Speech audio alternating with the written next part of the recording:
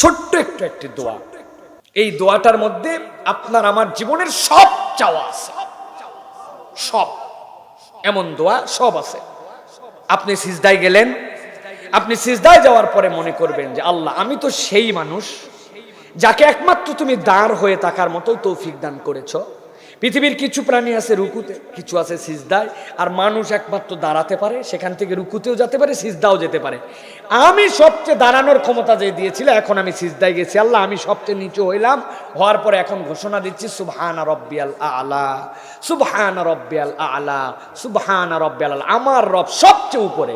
এইটা পড়ার পরে রাসূলুল্লাহ সাল্লাল্লাহু আলাইহি সাল্লাম ছোট্ট একটা দোয়া পড়তেন, আল্লাহুম্মা গফিরলি যামবি কুল্লাহ দিক্কাহু ওয়া জিল্লাহ ওয়া আউওয়ালাহু ওয়া আখিরাহ ওয়া আলানিয়াতাহ ওয়া সিররাহ। কি বলতেছেন আপনি? আল্লাহুম্মা গফিরলি যামবি কুল্লাহ, হে আল্লাহ, আমি না এখন মাটিতে মাথা লাগাই দিছি, আমি না বলছি তুমি সবচেয়ে বড়।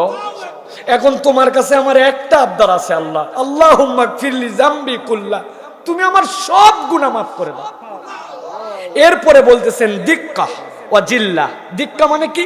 ছোট থেকে ছোট, মানে আমি গুনার মধ্যেই ধরছিলাম না, এরকম গুনাহ আমার আছে, কিন্তু আল্লাহ সব গুনাহ মাফ করবে, ছোট থেকে ছোট দিক্কা। এরপরে বলতেছেন জিল্লাহ, বড় থেকে বড় যত গুনাহ, আল্লাহ আমার গুনাহ মাফ করো, ছোট থেকে ছোট ছোট সব, বড় থেকে বড় বড় সব। আউওয়ালাহু ওয়া আখিরা, একবারে প্রথমে যে গুনাহ করছি ওইটাও মাফ করো, একবারে শেষে যে গুনাহ করছি ওটাও মাফ করো। ওয়া আলানিয়াতাহু ওয়া সিররা, আল্লাহ কত গুনাহ তো প্রকাশ্যে করছি সেটাও মাফ করো, আর যেটা গোপনে করছি সেটাও মাফ করো। এই দোয়া যদি কোনো বান্দা হৃদয়ের অনুভূতি নিয়ে করে, সিজদাতেই আল্লাহ তার জীবন মাফ করে দেবে। তাহলে সুবহানা রব্বিয়াল আলা, সুবহানা রব্বিয়াল আলা, সুবহানা রব্বিয়াল আলা। আমি সেই সৃষ্টি যে দাঁড়াতে পারি, রুকুতে যেতে পারি, হালতেও পারি, আমি এখন সবচেয়ে নিচে, তুমি সবচেয়ে বড়।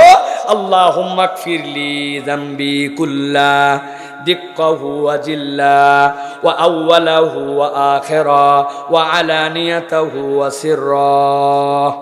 এইটা যদি কোনো বান্দা একবার বলে, আর তার যদি বান্দার হক নষ্ট করার গুনাহ না থাকে, শিরিক যদি না থাকে, আল্লাহ তার সব গুনাহ মাফ করে দিবেন।